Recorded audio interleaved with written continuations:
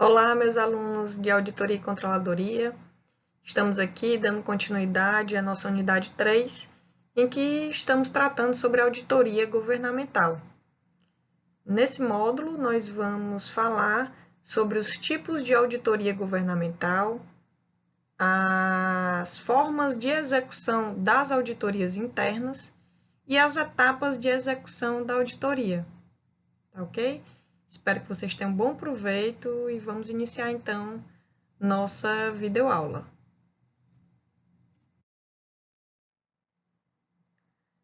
Bem, iremos estudar os tipos de auditoria governamental com base na doutrina contábil, né? Existem outras formas de se classificar a auditoria governamental, com base no Tribunal de Contas da União, com base na Controladoria Geral da União. Todos têm sua importância na sua forma de classificar, mas na prática a execução é a mesma, né? De acordo com as mesmas normas, né? A mesma lei, né? Em que os mesmos órgãos reguladores. Só existe uma forma de cada local fazer e realizar teoricamente essa classificação. Considerando a doutrina contábil, a auditoria governamental ela pode ser dividida em auditoria fiscalizadora de conduta, auditoria de impactos da gestão e auditoria qualitativa operacional. Vejamos, então, as três. A auditoria fiscalizadora da conduta, que é a primeira classificação que nós iremos estudar, ela fiscaliza as transações sobre as óticas financeira e patrimonial, especificamente. Ela se certifica se todos os atos administrativos voltados para a área financeira e patrimonial estão de acordo com os controles internos realizados. Por quem pode ser exercida essa auditoria fiscalizadora da conduta? Pelos agentes do controle interno, agentes do controle externo, auditores independentes, contadores da área financeira, contadores da área tributária, auditores fiscais, funcionários do controle governamental sobre instituições financeiras, fiscais ou interventores das empresas financiadas ou de atividade controlada e por auditores internos das empresas em geral. Quais são os recursos da técnica orçamentária que a auditoria realiza no momento em que vai fazer sua auditoria para este tipo de fiscalização, para esse tipo de auditoria que é a fiscalizadora de conduta? Ela vai verificar a confirmação de saldos junto a terceiros. Então, se existe algum saldo, um saldo que tem que se verificar, um vínculo com terceiros, que tem um vínculo com essa entidade que está sendo auditada, ela não apenas irá olhar para o documento ali contido, ela também vai procurar a empresa envolvida, esse terceiro envolvido, pessoa física ou jurídica, e vai confirmar esses saldos junto a ele. Vai realizar contagens físicas. O que são as contagens físicas? Utilizar uma amostra em que o que está documentado vai ser, digamos, em algum item patrimonial, diz lá no documento que possui 5 unidades daquele item patrimonial, então ele vai in loco, no lugar onde se diz que está aquele patrimônio, e realiza a contagem física. Essas contagens físicas geralmente são via amostragem. Pega uma quantidade específica e se faz a conferência por amostragem. Também realiza a prova de exatidão de cálculos e somas. Não confia no que está somado ou calculado naquele documento, mas comprova a soma e o cálculo daquela documentação. Refaz o cálculo, refaz as somas e verifica. Examina os livros de registro fiscal e contábil, também verificando se todos os registros estão feitos de forma correta, tanto a parte fiscal como da parte contábil.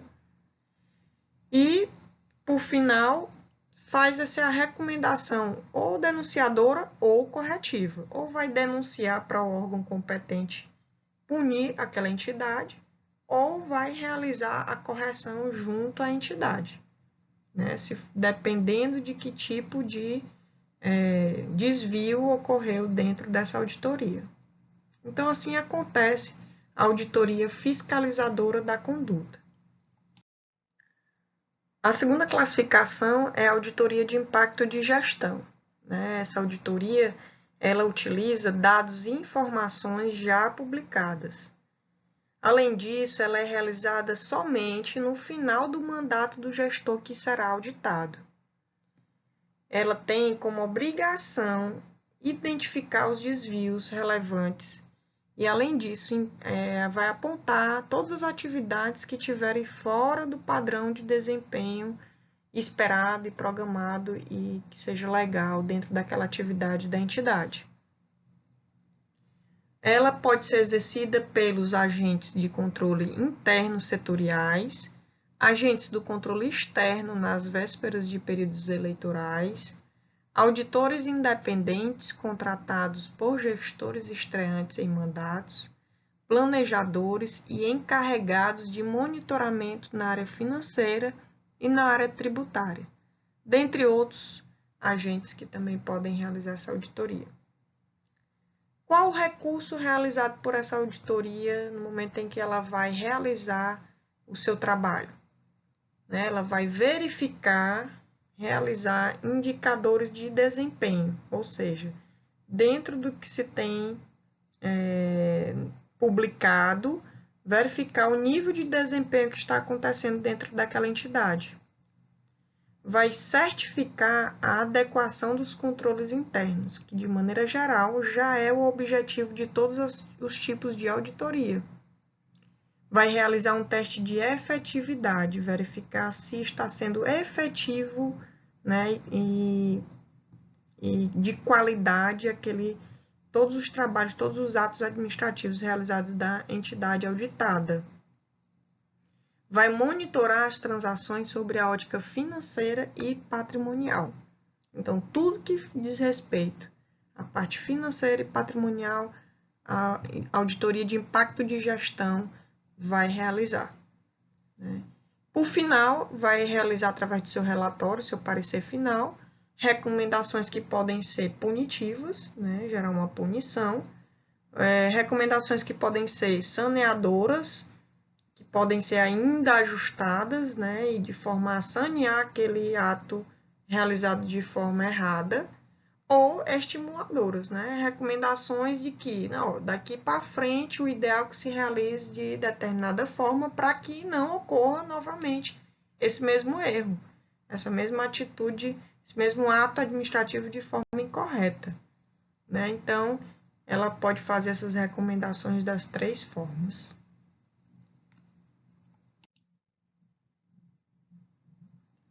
Nós temos agora a auditoria, a terceira e última classificação de auditoria governamental, conforme a doutrina contábil, que é a auditoria qualitativa operacional. Ela pode ser utilizada tanto pelo controle externo, como pelo controle interno.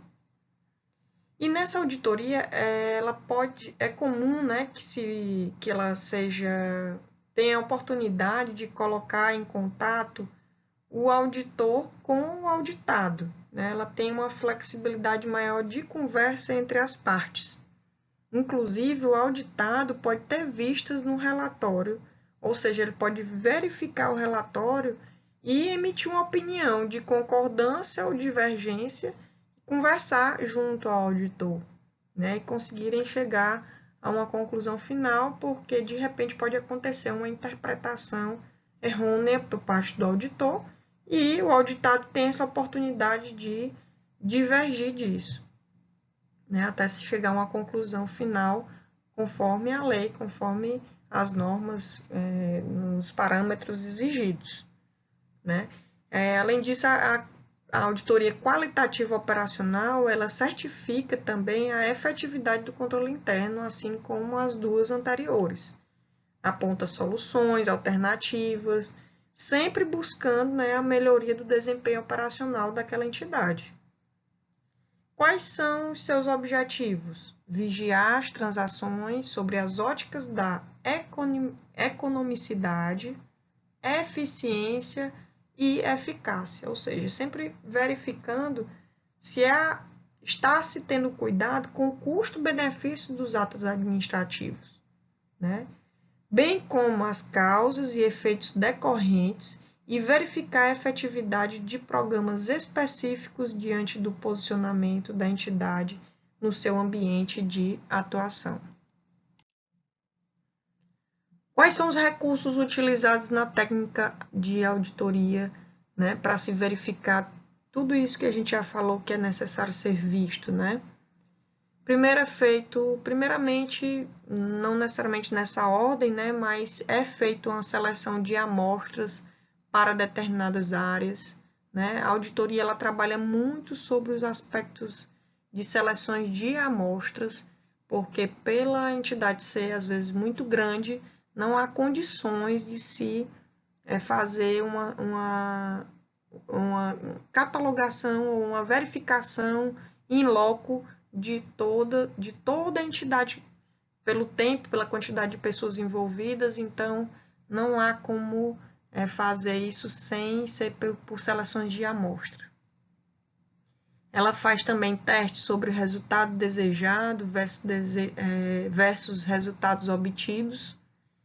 Ela aprecia os desvios reais ou os potenciais, ou seja, desvio que realmente está acontecendo ou que possam vir a acontecer, né, diante de algumas atitudes que não estão sendo feitas de forma correta. Indicadores de qualidade dos líderes do setor, né, verifica qual o nível de qualidade desses líderes, faz a interpretação e a avaliação de programas de qualificação, faz a prova de verificação e confirmação das evidências, né? Quando se encontra alguma evidência, né? Vai lá e faz-se a prova, né? Confirma até o último ponto para não restar dúvida sobre aquela evidência encontrada. Ela gera um impacto mercadológico e tecnológico de longo prazo, faz a mensuração de repercussão econômica financeira dos atos administrativos dentro daquela entidade. Por fim, no seu relatório, no seu parecer final, emite uma recomendação de ordem técnica e moral também, além das de ordem normativas, ou seja, que obedecem à legislação. Assim são as 3 classificações da auditoria governamental conforme a doutrina contábil. Nós temos as formas, as classificações da forma de execução das auditorias, certo? Como é que ela pode ser classificada, né? Quais são essas formas de execução? Ela pode ser direta, ela pode ser indireta e pode ser simplificada. Então, vamos explicar cada uma delas. A execução direta, ela trata de atividades de auditoria executada diretamente por servidores em exercício nos órgãos e unidades do Sistema de Controle Interno do Poder Executivo Federal. Então, a direta é feita diretamente por servidores em exercício. A diferença dela para a indireta é que na indireta ela é realizada por servidores não lotados dentro dos órgãos, né? Então, servidores externos que não estejam lotados em exercício dentro do órgão. E a simplificada, ela de uma maneira geral, trata-se das atividades de auditoria realizadas por servidores em exercício do Sistema de Controle Interno do Poder Executivo Federal, assim como a direta.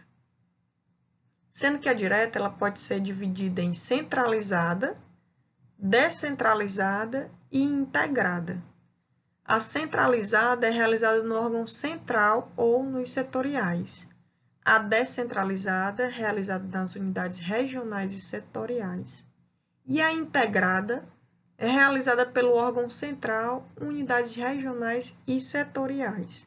Assim é dividida a execução das auditorias da forma direta. Na forma direta, ela pode ser dividida em compartilhada e terceirizada. O que é a compartilhada? Ela é coordenada pelo sistema de controle interno do Poder Executivo Federal, com auxílio dos órgãos ou instituições públicas ou privadas. Já a terceirizada, ela é executada por instituições privadas, ou seja, pelas empresas denominadas empresas de auditoria externa, que são somente as empresas que são autorizadas para realizar esse tipo de auditoria, que é a auditoria externa, no caso de instituições privadas.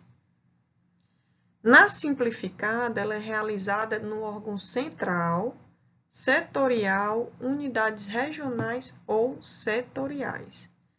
Assim, são as formas de execução das auditorias. Bem, as etapas de execução da auditoria, né, de maneira geral, ela tem 3 etapas, de forma bem resumida: planejamento, execução e a realização do relatório final, que é o parecer do auditor. Mas, de acordo com a Organização Latino-Americana e do Caribe de Entidades Fiscalizadoras Superiores, a metodologia sugerida por eles para realizar a auditoria governamental é composta por 5 etapas. A primeira é a obtenção da informação básica que se pretende auditar. A segunda é a revisão dos objetivos, das políticas, das normas legais e administrativas. A terceira é a revisão e a avaliação do controle interno. A quarta seria o exame detalhado das áreas críticas e a quinta, a comunicação dos resultados. Então, dentro da classificação geral, o planejamento envolveria o quê? A etapa 1 e a etapa 2, a execução seria a etapa 3 e a etapa 4, e o relatório, o parecer, seria a etapa 5, que é a comunicação dos resultados. Ok? Então, pessoal, espero que essa videoaula tenha sido bastante proveitosa. Maiores dúvidas, nos veremos na webconferência mais brevemente possível. Muito obrigado pela atenção, bom estudo para todos. Tchau!